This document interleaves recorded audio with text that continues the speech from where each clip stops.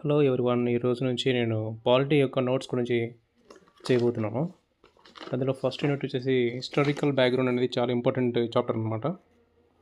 ఇందులో మనం కొంచెం నోట్స్ గురించి ఎక్స్ప్లెయిన్ చేస్తాను. ఫస్ట్ పాయింట్ వచ్చేసి 1600లో బ్రిటిష్ వాళ్ళు తూర్పు ఇండియా కంపెనీ ద్వారా వ్యాపారం చేసుకోవడానికి మన ఇండియాకి రావడం జరుగుతుంది. దీనికోసం క్వీన్ ఎలిజబెత్ I అనే వాళ్ళు చార్టర్ ద్వారా కంపెనీకి కొన్ని హక్కులను ఇవ్వడం జరుగుతుంది ఇండియాలో వ్యాపారం చేసుకోవడానికి.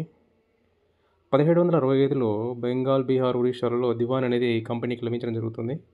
దివాన్ అంటే వాళ్ళకి ఆదాయం కానీ న్యాయ వ్యవహారాలు కానీ వాళ్ళు ఇన్వాల్వ్ అవ్వడానికి రైట్స్ అనేవి ఇవ్వడం జరుగుతుంది అనమాట. దివాన్ అనేది అలా వాళ్ళకి హక్కులు కల్పించడం జరుగుతుంది.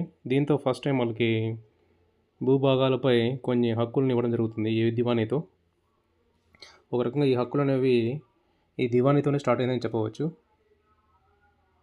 తర్వాత 1858 తర్వాత అప్పుడు 1857లో సిపాయిల తిరుగుబాటు జరిగిన తర్వాత బ్రిటిష్ ప్రభుత్వం యొక్క భారత పాలనను తన ఆధీనంలోకి తెచ్చుకుంటుంది. సో 1934లో ఈ కమ్యూనిస్టు ఉద్యమం యొక్క అగ్రగామి మరియు రాడికల్ డెమోక్రటిక్ అడ్వకేట్ అయినటువంటి ఎంఎన్ రాయ్ 1934లో ఒక రాజ్యాంగ నిర్మాణ సభ గురించి అవసరం అనేది చెప్పడం జరుగుతుంది. ఈ సూచన మేరకే 1946లో రాజ్యాంగం యొక్క నిర్మాణ సభను ఏర్పాటు చేస్తారు. తర్వాత జనవరి 26, 1915 రాజ్యాంగం అనేది అమలులోకి వచ్చింది. ఇందులో మనం ముఖ్యంగా 1600 సంవత్సరం కానీ 1765 కానీ 1858 కానీ 1934 కానీ 1946, 1950 ఇవన్నీ కొంచెం చాలా ఇంపార్టెంట్ అయినటువంటి ఇయర్స్గా చెప్పుకోవడం జరుగుతుంది. ఇది ఓన్లీ హిస్టారికల్ బ్యాక్గ్రౌండ్ అంటే పాలిటీ యొక్క చారిత్రకం నుంచి సంబంధించినటువంటి ఒక ముఖ్యమైనటువంటి విషయాలు.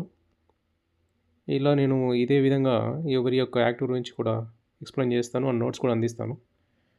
ఇంట్రెస్ట్ ఉన్న వాళ్ళు దయచేసి సబ్స్క్రైబ్ చేసుకోండి. దీన్ని ఇలాగే కంటిన్యూ చేస్తూ నేను పాలిటీ మొత్తం కంప్లీట్ చేయడానికి ట్రై చేస్తాను. Thank you everyone.